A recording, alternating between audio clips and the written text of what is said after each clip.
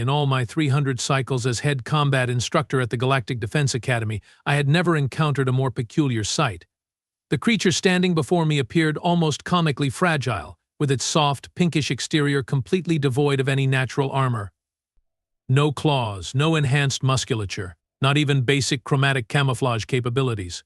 Just two spindly legs and arms that looked like they would snap in our standard gravity settings. Head instructor Zara Vex, announced my assistant, next door, his four eyes blinking in rapid succession, a clear sign of discomfort. This is the new transfer student from Earth. He practically whispered the last word, as if embarrassed to speak it aloud. I adjusted my posture, towering to my full height of 3 meters, my iridescent scales shifting from their usual calm blue to a more authoritative purple. So this is what the Alliance sends us? A species that hasn't even achieved full quantum integration. The human Caitlin Steele, according to my datapad, stood there with an expression I couldn't quite decode. Their facial muscles moved in what my xenobiology training suggested was either amusement or indigestion. Permission to speak, head instructor. The human's voice carried clearly across our atmospheric difference, surprisingly steady. I flicked my secondary membrane in acknowledgement. Granted. I understand your skepticism, but perhaps you'd prefer to evaluate my capabilities directly rather than relying on preliminary data. The sheer audacity. Several of my senior students, observing from their anti-gravity pods, released warning pheromones. Even the Zentorian twins, known for their unflappable demeanor, retracted their sensory tendrils in shock. You suggest I waste valuable training resources on what exactly? Teaching basic survival techniques to a species that still requires regular unconsciousness cycles. Caitlin Steele's lips curved upward, a smile I recalled from my briefing materials, but something about this particular smile made my dorsal spines tingle.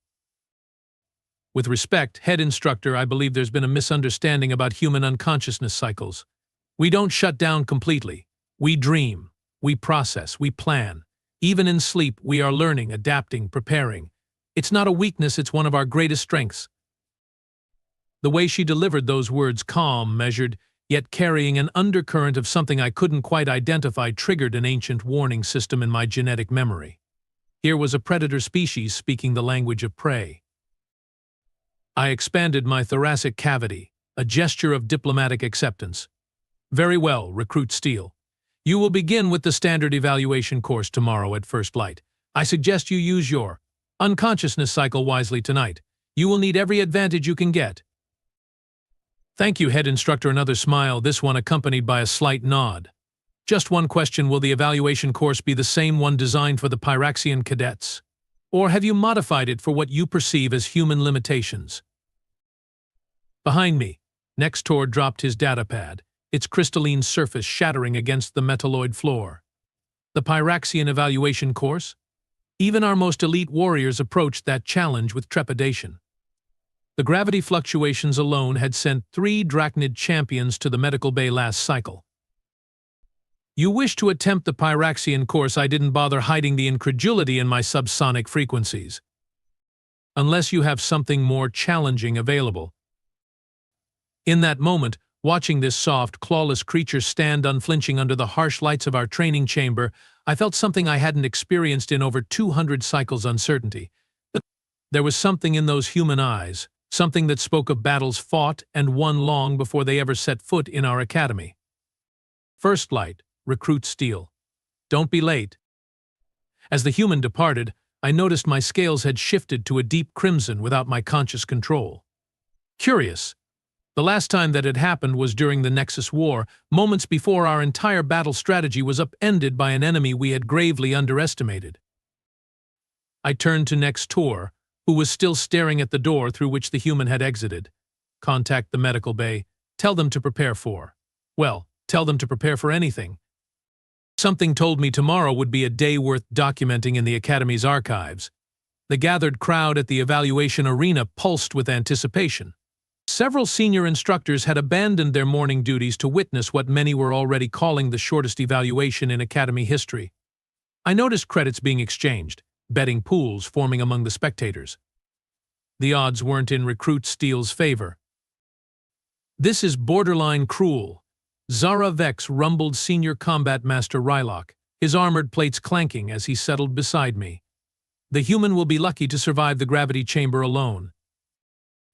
I kept my gaze fixed on the preparation area where Caitlin Steele was performing what appeared to be a series of purposeless physical movements, stretching my database supplied, though the purpose remained unclear. "Look at that pitiful warm-up ritual," sneered Cadet Vin Ra, top of the current combat class. His bioluminescent patches flashed with derision. No wonder their species barely managed interstellar travel. The evaluation course sprawled before us, a masterpiece of lethal engineering. The gravity chamber would start at 3 times standard gravity, increasing randomly to spikes of 8. Beyond that lay the reaction maze, its plasma walls reconfiguring at near light speed. Then the combat drones, the acid pits, and finally the Pyraxian War simulation. "Begin when ready, recruit," I announced through the communication array. Caitlin walked to the gravity chamber entrance, her movements loose and relaxed. Too relaxed. My threat assessment protocols pinged in confusion. Gravity simulation initiating, droned the automated system. Level 1 engaging. The human's first step into triple gravity was wrong. Everything we knew about their species suggested they should be struggling, fighting against the crushing force.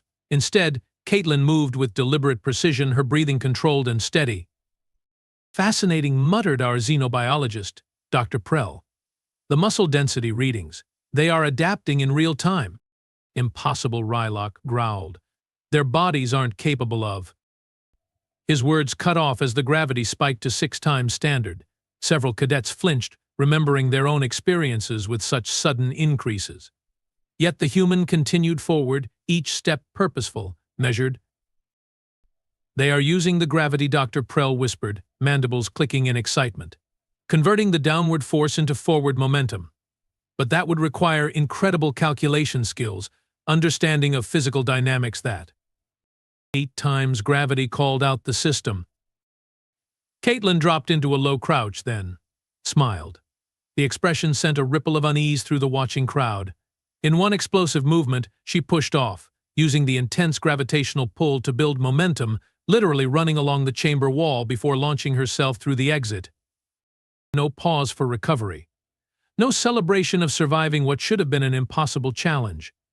The human rolled directly into the reaction maze, where plasma walls shifted and sparked in lethal patterns. "Their nervous system shouldn't be capable of processing the wall movements at that speed," Dr. Prell protested, all 6 of his eyes wide with disbelief. But Caitlin was already halfway through, her movements flowing like liquid metal. Where others tried to predict the patterns, she seemed to dance between them, each dodge leading seamlessly into the next. The combat drones activated, their targeting systems locking on. Standard procedure was to disable or destroy them. Instead, Caitlin disappeared. "Where did Vin Ra's?" question ended in a startled hiss as we realized the human had somehow maneuvered the drones into targeting each other, using their own crossfire as cover to slip past. The acid pits came next. Normally, candidates would use their natural armor or technological shields. Caitlin had neither. What she did have, apparently, was an understanding of air currents and thermal uplift that bordered on supernatural. She leapt, twisted, and soared between the toxic geysers as if gravity itself was merely a suggestion. Then came the final challenge, the Pyraxian War simulation. Holographic enemies spawned, each deadlier than the last. The human's response left even me speechless. Rather than engaging directly, Caitlin turned their attacks against each other, creating chaos in their ranks. When she did strike, it was with brutal efficiency, targeting joints and vital points that even I hadn't realized were vulnerable. 6 minutes and 23 seconds. That's all it took. The human stood at the finish line, breathing heavily but steadily, sweat glistening on her skin. How Vin Ra's voice cracked. "How did you know all our weaknesses?" Caitlin turned, and I saw something in her eyes that made my scales ripple with recognition. This wasn't just a warrior. This was a strategist, an observer, a predator who had been studying us all along. "We humans have a saying," she replied, her voice carrying clearly across the stunned arena. "The best way to understand something is to let it underestimate you." As the words settled over the crowd, I realized my earlier uncertainty had evolved into something else entirely: anticipation. Because if this was what one human could do while holding back, what else were they capable of? The betting pools had gone silent. The dismissive attitudes had vanished, and in their place I sensed something new taking root: respect tinged with wariness. Perhaps, I reflected, that had been the human's goal all along. The training arena buzzed with nervous energy as 23 of our most elite cadets assembled for advanced combat instruction. After yesterday's evaluation, no one quite knew what to expect from our human recruit. Caitlin Steele stood among them, looking deceptively ordinary next to the towering Arcturians and the heavily armored Drachnids. Today's session, I announced, my scales shifting to attention commanding crimson, will focus on close-quarters combat. Pair up with someone outside your species group. The usual shuffling began as students sought partners. Traditionally, no one chose the new recruits for these exercises. Too risky, too many unknowns. Yet today I noticed several quick glances toward the human, though none quite brave enough to approach. Recruit Steele called out Vinrare, his bioluminescent patches pulsing with challenge. Perhaps you'd care to demonstrate your species' combat techniques. A trap, obviously. Vinra held 14 combat championships across 3-star systems. His exoskeletal armor could withstand plasma burns, and his reflexes were faster than most targeting computers. Happy to, Caitlin replied, stepping forward with that same unnerving calm I'd witnessed yesterday. Any particular rules of engagement? Standard non-lethal protocols, I interjected before Vinra could suggest otherwise. First to yield or become combat ineffective loses. The other students formed a circle, sensor stalks and optical arrays all focused intently on the pair. Vinra towered over Caitlin, his battle plates gleaming under the arena lights. The human looked almost comically small in comparison, wearing nothing but the standard academy training uniform. Begin.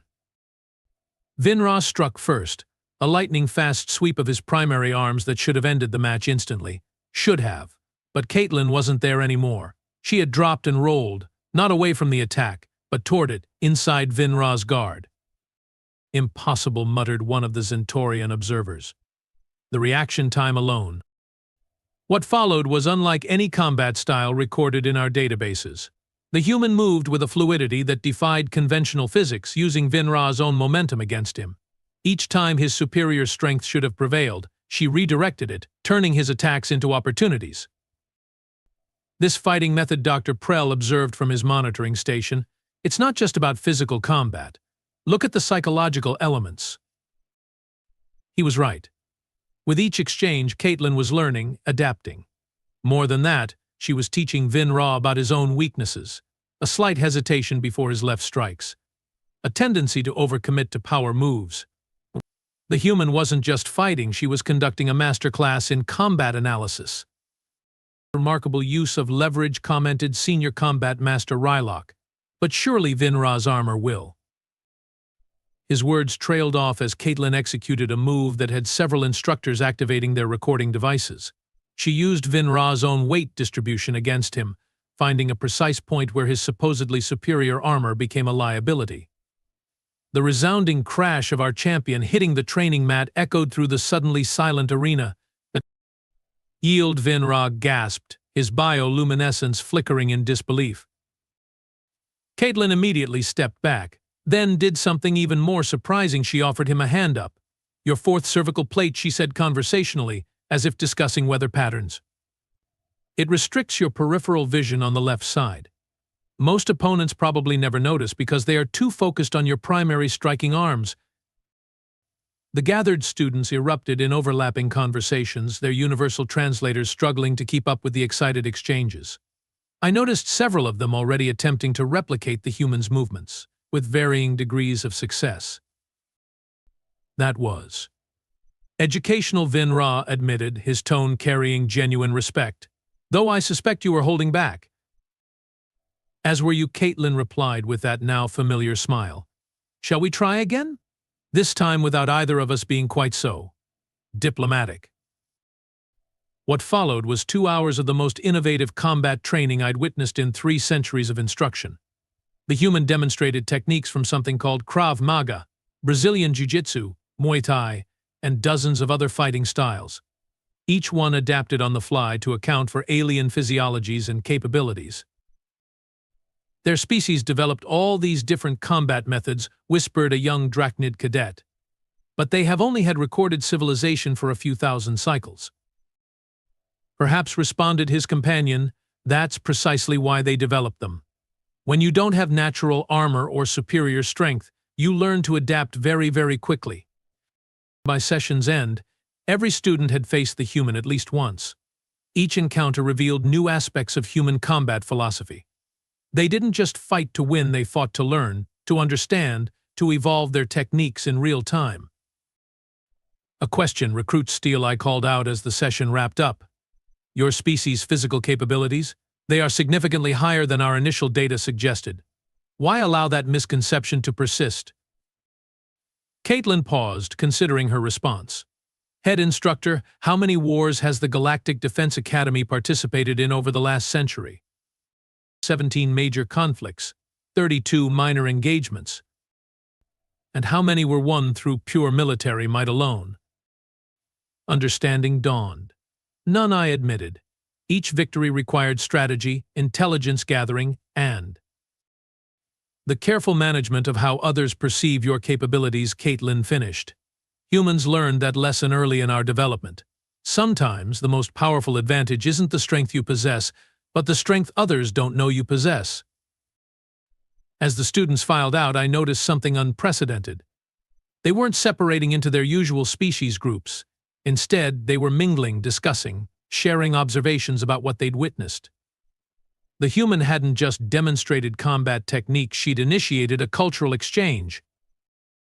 Remarkable session, Dr. Prell commented, his research tablet practically overflowing with new data, though I suspect we have only scratched the surface of what they are truly capable of. Looking at Caitlin's retreating form, I couldn't help but agree. The human had demonstrated enough skill to earn respect, while clearly maintaining a reserve of hidden capabilities. It was, I had to admit, a masterfully executed strategy. The question was, what other surprises did humanity have in store for us? 3 weeks into the advanced training cycle, the atmosphere at the academy had shifted dramatically. What began as curiosity about the human recruit had evolved into something more complex. Observation reports flooded my neural interface daily, each more intriguing than the last. The human never trains in the recovery chambers, reported next door during our morning briefing. Instead, she spends extra hours in the combat simulator, running scenarios that would exhaust even our Pyraxian warriors. I flicked through the latest performance metrics, my scales rippling with interest. And her success rate, 97% on standard courses. But that's not the most fascinating part. Next door's 4 eyes blinked in sequence. She deliberately fails certain scenarios, head instructor, then runs them again with completely different strategies. Before I could respond, an alert flashed across my visual field. Another incident in Training Bay 7. The third this week. I arrived to find Vin Ra and Caitlin squared off in the advanced sparring ring, surrounded by a crowd of excited cadets. The tension crackled like static before a plasma storm. You modified the simulation parameters, Vin Ra accused, his bioluminescence pulsing angry red. No organic being could have survived that gravity surge. Caitlin stood relaxed, but I noticed her weight distributed perfectly for either attack or defense. The parameters were standard. I simply used the environmental hazards to my advantage. By breaking every known law of physics, Vin Ra's outer armor plates flared. You humans claim to be so transparent, yet every cycle reveals new abilities you conveniently forgot to mention. The gathered crowd shifted uneasily. Several training drones hovered nearby, sensors alert for any sign of escalation. I prepared to intervene, but Caitlin spoke first. You are right, Vin Ra. We haven't been entirely forthcoming, her voice carried clearly through the tense atmosphere. Would you like to know why? The directness of the question seemed to catch him off guard. His bioluminescence flickered uncertainty. Humans are pursuit predators, Caitlin continued, beginning to slowly circle the ring. We evolved chasing prey that was faster, stronger, and better armed than us. Do you know how we caught them? The question wasn't just for Vin Ra anymore. The entire crowd leaned in, even the instructors. We followed them. Hour after hour, day after day. We weren't the strongest or the fastest, But we could keep going long after other species had to rest. We learned to read tracks, to predict behavior, to understand our prey better than they understood themselves. She paused, and I saw that predators glint in her eyes again. And most importantly, we learned to let them underestimate us until the perfect moment. Pretty words, Vinra scoffed, but I noticed his defensive posture tighten. But they don't explain your impossible combat capabilities. No, Caitlin smiled. Then perhaps a demonstration is in order. Full contact sparring, no holds barred. Winner takes the top spot in next week's evaluation rankings. The challenge hung in the air like a charged particle. According to Academy regulations, Vinra could refuse with no loss of status, but his pride would never allow it. Accepted, he growled. But when I win, you will explain exactly how you have been deceiving us. Agreed. And when I win, you will help me train the junior cadets in combined combat techniques. I stepped forward. As senior instructor, I authorized this match. My scales shifted to warning orange. But be aware, both of you will be held accountable for any permanent damage. The fight that followed redefined several Academy combat protocols. Vinra attacked with everything in his considerable arsenal: plasma bursts, sonic pulses, even his rarely used neural disruptors. But Caitlin moved like water through crystal, each devastating attack missing by millimeters. She's not just dodging, Dr. Prell observed from his monitoring station. She's letting him exhaust himself. Classic pursuit predator tactics. True to his analysis, Vinra's attacks began to slow. His bioluminescence dimmed as energy reserves depleted. Yet Caitlin looked barely winded, still moving with the same controlled precision as when they started. The end came suddenly. Vinra launched a desperate full-spectrum attack, committing every remaining ounce of energy. Caitlin didn't evade this time. Instead, she stepped into the assault, using his own momentum to send him flying. The impact of his landing rattled the training bay's reinforced floors. "Yield," she said quietly, standing over him. Not a demand, but an offer of mercy. For a moment I thought he would refuse. Then his bioluminescence shifted to acknowledgement blue. I yield. The silence that followed was profound. Every being in that training bay had just witnessed something unprecedented, not just a victory, but a complete paradigm shift in combat philosophy. Caitlin helped Vinra up, just as she had in their first bout. But this time she held onto his arm. "Your neural disruptor combination was brilliant. Would you be willing to teach me the timing?" The request, so unexpected after such a decisive victory, startled a laugh from him. "You want to learn from the opponent you just defeated." "That's the other thing about humans," she replied, loud enough for everyone to hear. "We never stop learning, even from those we have beaten. Especially from those we have beaten." As the crowd dispersed, I updated the Academy's combat training protocols.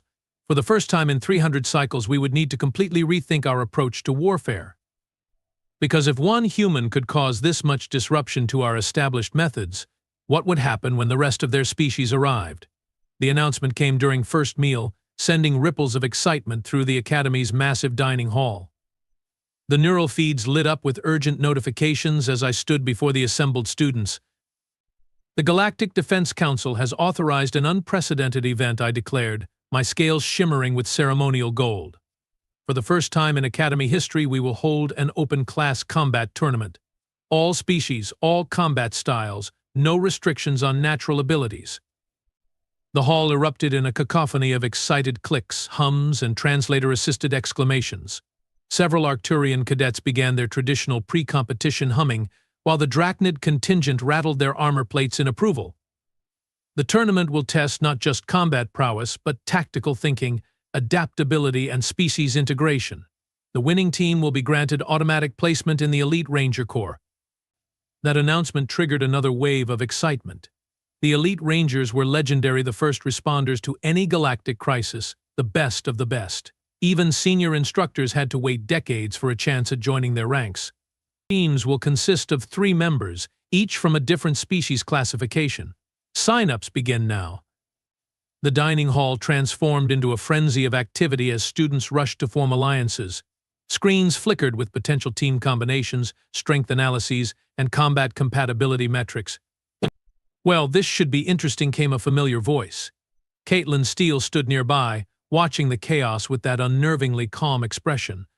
though I noticed the announcement came right after the latest human training data was processed. My scales flickered acknowledgement. She wasn't wrong. The council had been reviewing the combat footage from our recent sessions with intense interest. The implications of human combat potential had sparked heated debates across multiple star systems. Recruit Steel Vinra approached, his bioluminescence patterns showing complex emotion. I propose an alliance. Your adaptability combined with my combat experience.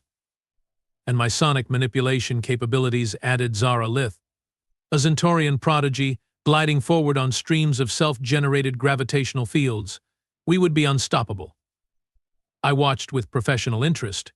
This was unprecedented. Top students from 3 different combat philosophies willing to set aside traditional species rivalry, all because of one human's influence. An interesting proposal, Caitlin replied, that predator's glint returning to her eyes. But first, tell me why you think we would work well together. Our combat styles are complementary, Vinra began, but Caitlin shook her head. No. Tell me why you think we would work well together as people, not just as fighters. The question caused visible confusion among the gathered students. Combat compatibility was always calculated through pure metric strength ratios, speed differentials, tactical algorithms. This focus on personal dynamics was alien. Zara Lith recovered first. Because you showed me mercy in our first sparring match when you could have exploited my sonic vulnerability. It revealed something about your character. Because you treat every defeat as a learning opportunity, Vinra added, his bioluminescence shifting to thoughtful patterns, and every victory as a chance to teach. Caitlin smiled. Then we have our team. The next 2 weeks transformed the academy into a combat preparation zone unlike anything in our records. Training bays ran continuously as teams developed new combination attacks, pushing the boundaries of what we thought possible between species. The human influence is spreading, Dr. Prell observed during one particularly intense session. Look at how the other teams are adopting their methodologies. He was right. Everywhere I looked, I saw elements of human combat philosophy being integrated into traditional techniques. The Arcturians were practicing endurance running. Drachnid warriors were studying psychological warfare.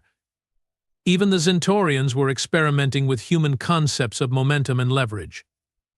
But it was Caitlin's team that drew the most attention. They had requisitioned Training Bay 13, the most challenging environment with its randomized gravity fields and hostile atmosphere simulation. Hour after hour, they worked not just on combat moves, but on understanding each other. Vinra, Caitlin called out during one session, your bioluminescence shifts to delta pattern when you are about to use your neural disruptor. Zara Lith can time her sonic burst to that signal. The coordination they developed was beautiful to watch. Vinra's power, Zara Lith's sonic precision, and Caitlin's adaptive fluidity, all working in perfect harmony. The day before the tournament, I found Caitlin alone in the tactical simulation room, reviewing competitor profiles. Your team is favored to reach the finals, I noted. The betting pools are heavily in your favor. Which means everyone will be studying our previous matches, looking for weaknesses she didn't look up from the data screens. Good thing we haven't shown them everything yet. You are still holding back capabilities. Now she did look up, and I saw something new in her expression, not just the predator's focus, but a strategist's foresight. Head instructor, has it occurred to anyone that I might not be the most combat-capable human? That perhaps Earth sent me because I'm actually average by our standards. The implications sent a shiver through my scales. Are you saying? I'm saying tomorrow's tournament is going to be very educational for everyone involved. She stood, stretching in that peculiar human way. By the way, you might want to reinforce the arena barriers. Things could get a bit intense. As she left, I immediately sent priority messages to the engineering team. Whatever was coming, I had a feeling the academy would never be quite the same after tomorrow. In my private quarters that night, I reviewed the latest statistics. 16 teams had qualified for the tournament. The combat variables were almost infinite. The potential for serious injury was significant. Yet somehow, the most dangerous factor wasn't the plasma weapons or sonic attacks or neural disruptors. It was the quiet revolution happening in our combat philosophy, all because one species had shown us that true strength sometimes comes disguised as weakness.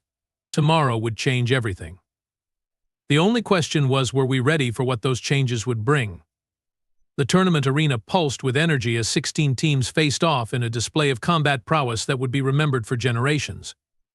The reinforced barriers I'd ordered proved necessary from the very first match, as Caitlin's team revolutionized the very concept of multi-species combat. They moved like a single organism.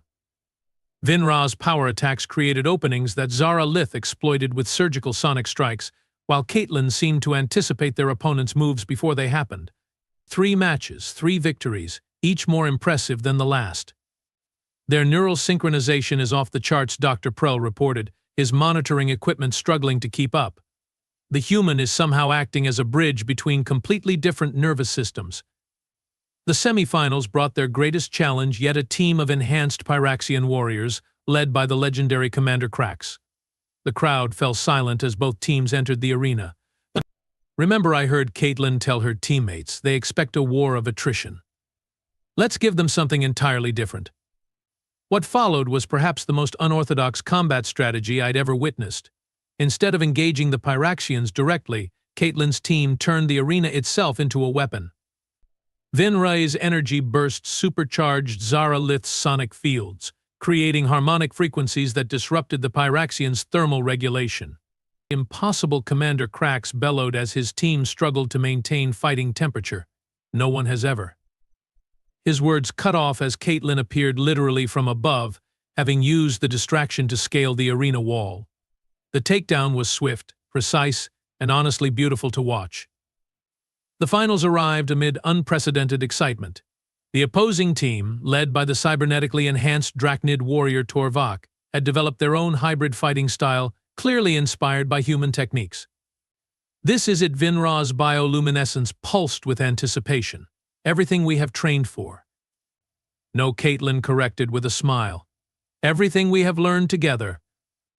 The final match began with an explosion of light and sound as both teams unleashed their full capabilities. The Drachnid's cybernetic enhancements gave them incredible speed, but Caitlin's team moved with something beyond mere physical prowess. They moved with perfect unity. Now Caitlin called out as Torvak launched his signature plasma barrage. Instead of dodging, Vinra stepped forward, his armor absorbing the blast. The energy transferred through him to Zara Lith, who channeled it into a sonic wave that shattered the Drachnid's cyber shields.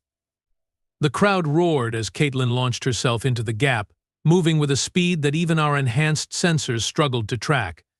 But Torvak was ready. His cyber arms transformed into whirling blades of energy. "You are not the only one who studies their opponents, human," he growled. "Good," Caitlin replied, that predator's smile appearing. "Then you know what comes next." She moved like liquid lightning, each of Torvak's strikes missing by millimeters. But she wasn't just dodging, she was leading him into position. Vinra and Zara Lith had created a triangle formation, their combined energies building to impossible levels. Neural disruption wave, Torvak realized too late. "But it will affect your whole team." "Wrong again," Caitlin said. "Humans have something your cyber systems can't replicate. We adapt." The wave released, a combination of bioluminescent energy and sonic manipulation that should have incapacitated everyone in the arena. Instead, Caitlin's team moved in perfect synchronization, their practiced maneuvers striking all 3 opponents simultaneously. When the energy field cleared, Torvak's team lay defeated, and the arena erupted in chaos. "Victory to Team Steel," the announcement echoed as medical units rushed in. I approached the winning team, my scales shifting through colors of respect and amazement. That final technique, it should have been impossible for different species to coordinate so precisely. "With all due respect," head instructor Caitlin replied, supporting an exhausted but triumphant Vinra, "impossible is just another word for something you haven't tried to understand yet." Looking at them, human, Zentorian, and bioluminescent warrior standing together in victory, I realized we had witnessed more than just a tournament win. We had seen the future of galactic combat, and perhaps of galactic cooperation itself. And it all began because we underestimated one seemingly fragile human.